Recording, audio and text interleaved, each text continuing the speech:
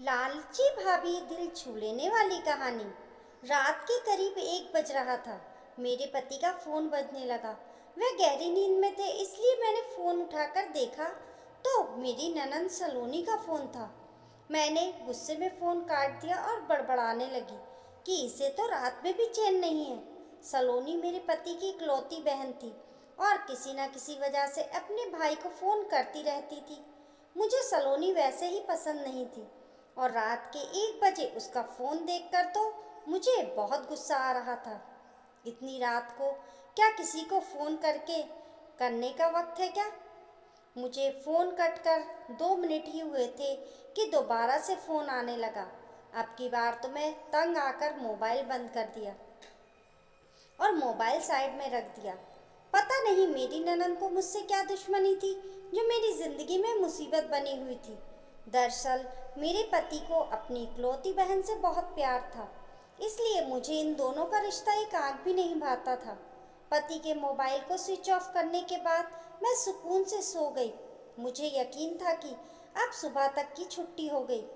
लेकिन थोड़ी देर बाद मेरा फ़ोन बजने लगा। मैंने देखा तो सलोनी फ़ोन कर रही थी।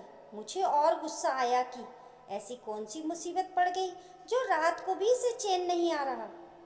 मैंने सोचा था कि फ़ोन उठाकर उसे खूब बातें सुनाऊंगी। यही सोचकर मैंने फ़ोन कान से लगाया ही था कि दूसरी तरफ उसके रोने की आवाज़ सुनाई देने लगी। बड़ी मुश्किल से सिसकियों के बीच उसने ऐसी खबर सुनाई कि मैं शॉक्ड रह गई। वह कहने लगी, भाभी, सागर इस दुनिया से चले गए। मैंने कहा, तुम क्या कह रही हो सलोनी? जीजू तो अच्छे भले थे, उन्हें भला अचानक क्या हो गया? सलोनी रोते हुए कहने लगी, वह नाइट ड्यूटी पर गए थे, वहाँ बॉयलर फट गया और उनकी उस वक्त ही मौत हो गई। आप और भाई अभी मेरे पास आ जाएं। बच्चे छोटे हैं, मैं घर में अकेली हूँ। मुझे कुछ भी समझ में नहीं आ रहा। वह इस तरह रो रही थी कि मैंने उसे तसल्ली दी और कहा कि मैं अभी आती हूँ। मैंने जल्दी से फ़ोन काटा और अपने पति को जगाया। वह गहरी नींद से उठे तो मैंने कहा, सलोनी के घर जाना है। वे हड़बड़ा गए, कहने लगे, सब ठीक तो है ना? इतनी रात को सलोनी के घर क्यों जाना है? मैंने बड़ी मुश्किल से हिम्मत करके उन्हें ये खबर सुनाई कि उनका बहनोई इस दुनिया से चला गया है और उनकी बहन अपने छोटे छोटे बच्चों के साथ विधवा हो गई है। ये सुनना था कि मेरे पति के चेहरे का रंग उतर गया। कितनी देर तक वह बेयकीन से मुझे देखते रहे, उन्हें विश्वास ही नहीं हो रहा था। फिर जब अपना फ़ोन उठाया तो वो स्विच ऑफ था। गुस्से में पूछने लगे, मेरा फ़ोन स्विच ऑफ किसने किया? तो मैंने कह दिया, बार बार बज रहा था तो मैंने नींद में पावर ऑफ कर दिया था। कपिल ने जल्दी उठकर कपड़े बदले, मुझे भी तैयार होने को कहा। कहने लगे, बच्चों को पड़ोस में सुला दो, मैं और तुम चलते हैं, जाकर देखेंगे कि क्या हुआ है। अब हमें ही उसे देखना है। मेरे पति खुद भी बहुत ज़्यादा परेशान थे, उन्हें सलोनी की भी फिक्र सता रही थी। यह वक्त ऐसा था कि मैंने कुछ भी नहीं कहा, बस उनकी हाँ में हाँ मिला दी। पड़ोसी से हमारे अच्छे संबंध थे, इसलिए मैंने अपनी तीनों बच्चों को पड़ोस में सुलाया। फिर खुद पति के साथ सलोनी के घर चली गई। सलोनी ने पास पड़ोस में खबर कर दी थी। शायद उनके रोने की आवाज़ पर पड़ोसी खुद ही आ गए थे और उनके घर में काफ़ी भीड़ नज़र आ रही थी। मैं और कपिल उसके पास गए तो वह हमारे गले लगकर फूट फूट कर रोने लगी और फिर कुछ ही देर बाद एम्बुलेंस का सायरन गूंजने लगा। कंपनी वालों ने सागर का शव घर भिजवा दिया था। उन्होंने बताया कि सागर के ऑफिस से फ़ोन आया था, बॉयलर फटने से उसकी जान गई है। सागर का शव इस कदर झुलसा हुआ था कि वह देखने के लायक भी नहीं था। बस सलोनी को ही थोड़ा बहुत दिखाया गया था। फिर अगले दिन सागर का अंतिम संस्कार कर दिया गया। सागर के परिवार में भी ज़्यादा लोग नहीं थे। उसकी 2 शादीशुदा बहनें थीं। भाई की मौत पर वह भी गम मनाकर चली गई। पीछे सलोनी और उसके 2 बच्चे रह गए। मेरे पति कपिल ने उसके सिर पर हाथ रखा और कहा और फिर कह दिया कि अब मेरी बहन मेरे साथ रहेगी और ये मेरी जिम्मेदारी है। ये सुनना था कि मेरे सर पर आसमान गिर गया। मैं हरगिज़ भी सलोनी को अपने घर में नहीं लेकर जाना चाहती थी।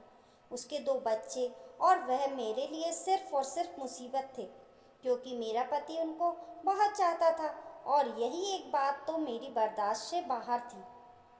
लेकिन खैर, ये वक्त ऐसा था कि दुनिया दिखाए के लिए मुझे अच्छा बनना था। मैंने भी सलोनी को गले लगाकर कह दिया कि हाँ, खुद को अकेला ना समझना। और फिर मेरे पति ने मुझसे कह दिया कि मैं सलोनी का सामान बांध दूँ और खुद उसे और उसके बच्चों को लेकर चलूँ। मेरे दिल में आग लग गई थी, लेकिन फिर भी मैं सलोनी का सामान बांधने लगी। मैंने जानबूझकर सलोनी से कहा कि फिलहाल थोड़ा सा सामान बांध लो, बाकी का बाद में ले जाएंगे। मैं चाहती थी कि कुछ दिन उसे रखकर फिर किसी न किसी बहाने से वापस भेज दूं। सामान बांधने के बाद सलोनी ने एक बहुत बड़ा सा थैला संभाल के अपने सामान में रखा। मैं हैरत से पूछने लगी कि उस थैले में क्या चीज़ है, तो कहने लगी, भाभी, बस यूँ समझना कि मेरी यही कुल पूंजी है, इसे मैं संभाल के रखूँगी। अब यही मेरे बच्चों का फ्यूचर है। सलोनी की बात सुनकर मेरे कान खड़े हो गए। सलोनी के पास जेवर के सिवाय और क्या हो सकता है जो उसके बच्चों के फ्यूचर का सहारा होता। मैं सोचने लगी, इतना तो मुझे भी मालूम था कि सलोनी के पास बहुत सा जेवर है, इसलिए फौरन मेरा दिमाग चला कि हो ना हो इसमें जेवर ही होगा। लेकिन इतना बड़ा थैला देखकर तो मेरी आंखें चौंधिया सी गईं। फिर मैं सलोनी का सामान गाड़ी में रखवाया और उसे और उसके बच्चों को अपने घर ले आई। लेकिन मेरे दिमाग में बस यही चल रहा था कि किसी तरह सलोनी का जेवर अगर मुझे मिल जाए तो क्या ही बात हो। अगर देखा जाए तो उसका आधा जेवर मेरे पति ने ही उसे शादी पर बनवा कर दिया था। उस पर मेरा भी हक था और यही बात मेरे दिमाग में बैठ गई। उसके पास मौजूद जेवर पर मेरा भी हक है। पहले मैंने सोचा कि सलोनी के साथ बुरा रवैया रखें, कुछ ही दिनों में उसे यहाँ से चलता कर दूंगी। लेकिन अब जब मेरी नीयत उसके जेवर पर आ चुकी थी, तो मैंने सोचा कि जब तक मैं ये जेवर हासिल नहीं करूंगी, मैं सलोनी को अपने घर में बर्दाश्त करूंगी। मेरे पति ने मुझे चेतावनी दी थी कि मैं सलोनी का बहुत ख्याल रखूं, उसे किसी भी चीज़ की कमी ना होने दूं। और मैं अपने पति को दिखाने के लिए वादा भी कर लिया था। लेकिन सच तो ये था कि मैं 2 ही दिन में बहुत ज़्यादा परेशान हो गई थी, क्योंकि सलोनी से मिलने वाले मेहमानों का झुंड लगा हुआ था। हर किसी को मालूम हो गया कि हम सलोनी को अपने घर ले आए हैं, इसलिए सारा खानदान, पास पड़ोस वाले सब हमारे घर आ रहे थे। मुझे भी सबके सामने मीठा बनना पड़ रहा था। मैं हर किसी के आगे सलोनी के साथ बड़ी भलाई करने की कोशिश करती। कभी उसे पानी का पूछती, कभी खाने का। मेहमानों को भी यूं ही जता रही थी जैसे मुझे सलोनी का बड़ा ही ख्याल हो। हर कोई सलोनी से कह रहा था कि तुम्हारी तो किस्मत अच्छी है कि भाई भाभी ने तुम्हारे सर पर हाथ रख दिया और दोनों तुम्हारा ख्याल रख रहे हैं। अब अपने बच्चों की खातिर जिंदगी में आगे बढ़ो। लेकिन सलोनी पर तो कयामत टूटी थी। वे कोई काम नहीं करती थी, इसलिए वह बेचारी अपने कमरे की 4 दीवारी में कैद रहकर हर वक्त आंसू बहाती रहती थी। उसके दोनों बच्चे मेरे बच्चों के ही हम उम्र थे। 2 दिन सुकून से गुजरे और फिर तीसरे दिन बच्चों में झगड़ा शुरू हो गया। मेरे 3 थे, सलोनी के 2 बच्चे मिलकर पूरा घर सर पर उठा लिया करते थे। मेरे बच्चे मेरी ही तरह के थे, वे कोई भी चीज़ बांटने के आदी नहीं थे। इसलिए अब सलोनी के बच्चों से खिलौने बांटने का वक्त आया तो वह किसी तरह राजी ना हुए। कपिल दफ्तर जाते हुए बच्चों को समझाकर जाते थे कि बुआ के बच्चों के साथ मिलजुल कर खेलना, लेकिन कपिल के जाते ही वही झगड़ा शुरू हो जाता। मैं भी अपने बच्चों को कुछ ना कहती और सारा इल्जाम सलोनी के बच्चों पर डाल देती कि वह बहुत बदतमीज है। बस अपने घर में मैंने उसे इसलिए पनाह दी थी क्योंकि अभी तक वह जेवरात की थैली उसके पास थी। जिस दिन वह थैली मेरे हाथ लगती, मैं खुद उसे धक्का देकर बाहर निकाल देती। अपने पति के सामने तो मैं एक अच्छी भाभी होने का सबूत दिया करती थी, लेकिन पीठ पीछे मैं बहुत ही बुरी थी। फिर एक दिन मैंने सलोनी के सामने जानबूझकर इस तरह की बात की कि ज़माना बहुत ख़राब है। अगर उसके पास कोई भी कीमती सामान है तो वह उसे बहुत ही सावधानी से रखे और अगर चाहे तो मुझे दे दे, मैं अपनी अलमीरा में रख लूँगी। मेरी बात सुनकर वह मुस्कुरा दी, कहने लगी, ठीक है भाभी, लेकिन मैं खुद हर चीज़ का ध्यान रख लूँगी। उसकी बात सुनकर मुझे बड़ा गुस्सा आया, लेकिन मैंने ये बात जाहिर नहीं की। मैंने तो सोचा था कि वह ये सुनकर डर जाएगी और अपना सारा जेवर मुझे दे देगी, तो मैं अलमारी में रखने के बहाने खुद उसे गायब कर दूंगी और फिर कुछ भी बहाना बना दूंगी कि चोरी हो गया वगैरह वगैरह। मगर वह तो बड़ी ही ढीठ निकली, उसने मेरे हवाले कुछ भी नहीं किया। इसी वजह से मैंने फैसला किया कि अब और सलोनी को बर्दाश्त करने की बजाय मैं कोई ना कोई तरकीब करके जेवर हासिल कर लूँगी और फिर सलोनी को यहाँ से चलता करूँ। लेकिन मेरी बदकिस्मती थी कि सलोनी ज़्यादातर खुद अपने कमरे में ही रहती थी और अगर कोई मेहमान आता तो वह उसे भी अपने पास अपने कमरे में बुला लेती। शायद इसकी वजह ये भी थी कि मैं हमेशा से ही बैठक को ताला लगाकर रखती थी। मैंने कभी उसके मेहमानों के लिए बैठक नहीं खोली, इसलिए अब जो भी आता वह सलोनी के पास उसके कमरे में ही बैठ जाता। ऐसे ही 2 महीने गुजर गए। मैंने सोचा कि अब कुछ ना कुछ करके मुझे वह जेवर हासिल कर लेने चाहिए, इसलिए मैंने एक दिन रात को ग्लास में नींद की दवा मिलाई और वह लेकर सलोनी के पास पहुंच गई। ये पहली बार था जब मैं दूध का ग्लास सलोनी के पास लेकर गई थी। वह हैरत से मुझे देखने लगी। मैंने साइड टेबल पर दूध का ग्लास रखा, कहा कि तुमने खुद को कितना कमज़ोर कर लिया है, अपना ख्याल रखा करो तो ही अपने बच्चों पर ध्यान दे पाओगी। मैंने उसे बच्चों का एहसास दिलाते हुए दूध पीने को कहा। मेरी बात सुनकर वह धीमे से मुस्कुरा दी, कहने लगी, भाभी आपका बहुत शुक्रिया, आप मेरा बहुत ज़्यादा ख्याल रखती हैं। उसकी बात सुनकर मैं दिल ही दिल में हंसी और फिर वापस पलट कर आ गई।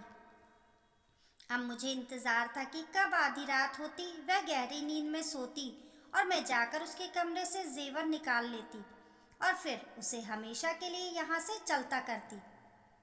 कपिल भी उस रात घर पर नहीं थे, इसलिए मुझे सुकून था। उनके दोस्त की शादी थी, इसलिए मैं अकेले अपने कमरे में लेटी हुई थी। मुझे वक्त गुजरने का इंतज़ार था। मुझे ये मालूम था कि दूध पीने के आधे घंटे बाद ही सलोनी गहरी नींद में सो जाएगी और फिर मैं आसानी से अपना काम कर लूँगी। इसी तरह रात के 1 बज गए। मेरे पति को 2-3 बजे से पहले आने वाले नहीं थे, इसलिए मैं दबे पांव अपने कमरे से निकली और सलोनी के कमरे में पहुंच गई। कमरे का दरवाज़ा थोड़ा सा खुला था। मैं बड़ी आहिस्ता से अंदर कदम रखा और मेरे होश उड़ गए, क्योंकि मेरी ननंद सलोनी रात के इस पहर अपने कमरे में अकेली नहीं थी, बल्कि मेरे पति कपिल के साथ थी। जब मैंने ध्यान से आंखें फाड़कर देखा तो वह और कोई नहीं, मेरे पति कपिल थे। वह तो शादी में जाने का कहकर घर से निकले थे, तो फिर वह सलोनी के साथ उसके कमरे में क्या कर रहे थे? कमरे में मामूली सी रोशनी थी। सलोनी के दोनों बच्चे सो रहे थे, शायद इसलिए उसने लाइट नहीं जलाई थी। अंधेरे में मुझे मेरा पति और सलोनी बिस्तर पर बैठे नजर आ रहे थे, लेकिन उन दोनों का चेहरा मेरी तरफ नहीं था, इसलिए वह मेरी मौजूदगी से बेखबर थे। कपिल को सलोनी के पास बैठा देखकर मुझे बहुत गुस्सा आया। रात के इस वक्त वह मेरे साथ नहीं बल्कि अपनी बहन के साथ थे। उनका यहाँ क्या काम था? अगर वह शादी से लौटकर आ भी गए थे तो कमरे में क्यों नहीं आए? यहाँ क्या कर रहे हैं? मुझे यकीन था कि सलोनी मेरे पीठ पीछे उन्हें मेरे खिलाफ भड़का रही होगी या फिर मेरे पति से पैसे वसूल करना चाहती होगी, तभी तो उन्हें यहाँ बिठाकर रखा था। मैं वहीं दरवाजे के पास कान लगाकर खड़ी हो गई, लेकिन कुछ देर बाद जो हकीकत खुली उसने मेरे होश उड़ाकर रख दिए। उसके बारे में तो मैंने कभी सोचा भी नहीं था और इसलिए मैं चकराकर गिरते गिरते बची। मैंने दीवार का सहारा ले लिया और फिर सारी बात सुनने के बाद मैं वापस अपने कमरे में आकर बैठ गई। मेरी आंखों से आंसू बह रहे थे। मैं सोच भी नहीं सकती थी कि मेरे पति ने मुझसे इतनी बड़ी हकीकत छुपाई होगी। कुछ देर गुजरी तो मेरे पति कपिल कमरे में आए। मुझे इस तरह रोता हुआ देखकर कहने लगे, सब ठीक तो है? तुम्हें क्या हुआ? सोई क्यों नहीं अभी तक? मैंने पति से पूछा कि आप कहाँ थे और कहाँ से आ रहे हैं? तो वह सर झुकाकर कहने लगे, पता तो है तुम्हें, मैं शादी में गया था। मैंने हैरत से कपिल को देखा।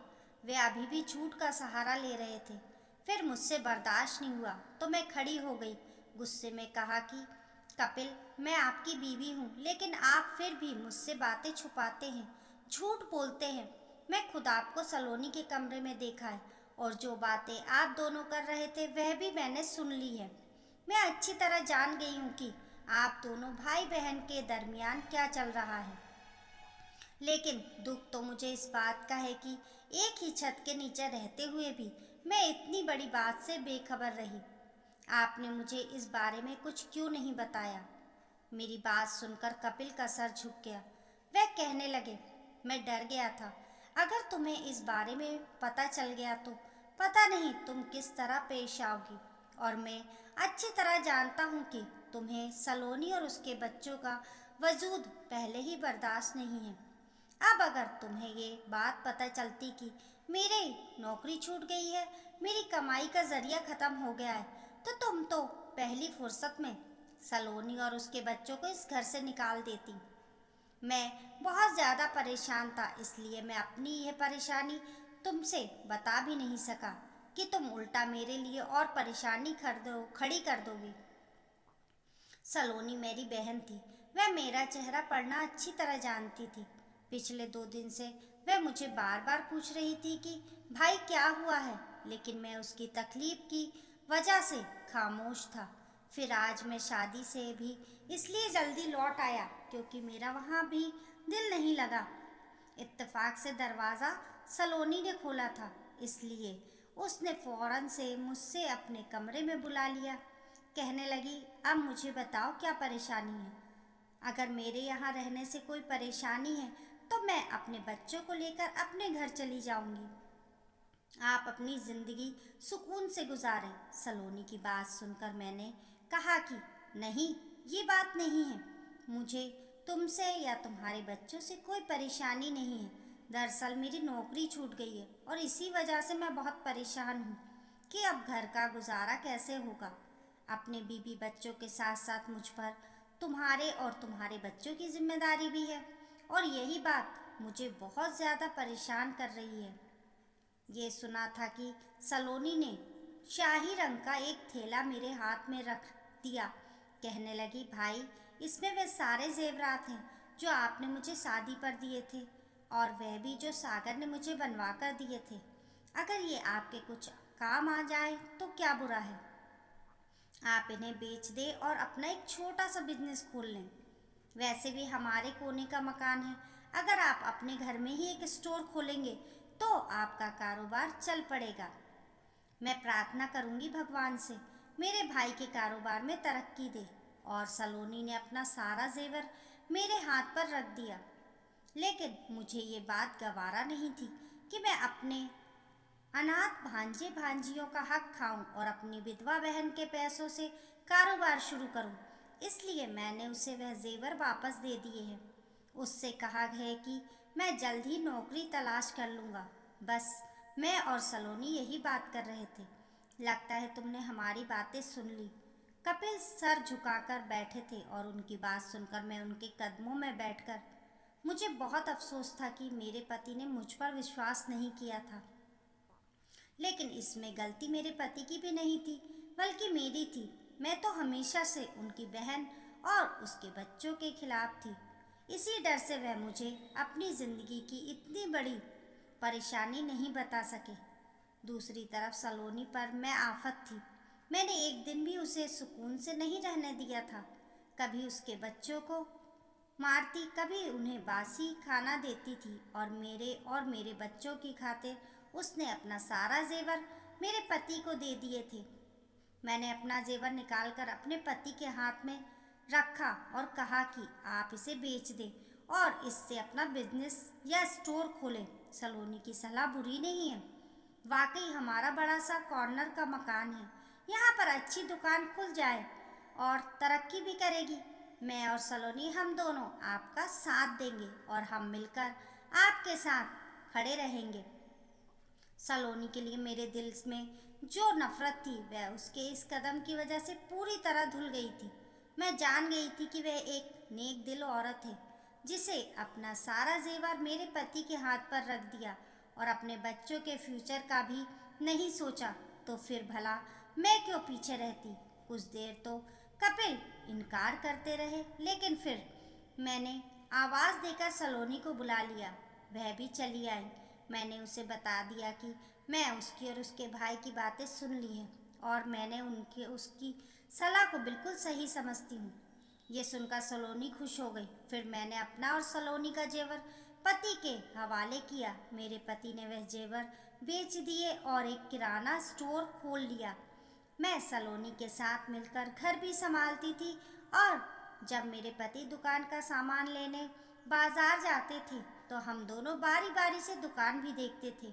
हम दोनों की मेहनत से दुकान खूब तरक्की कर रही थी।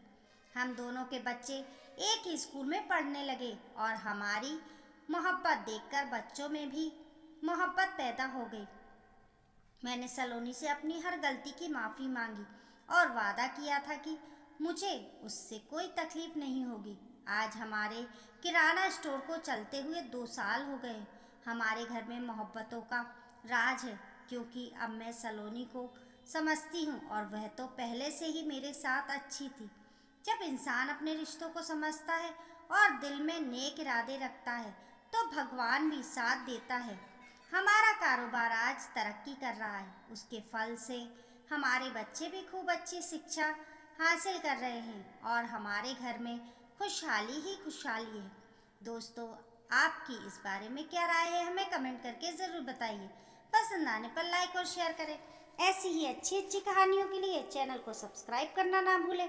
मिलते हैं फिर एक नई कहानी के साथ। तब तक के लिए नमस्कार।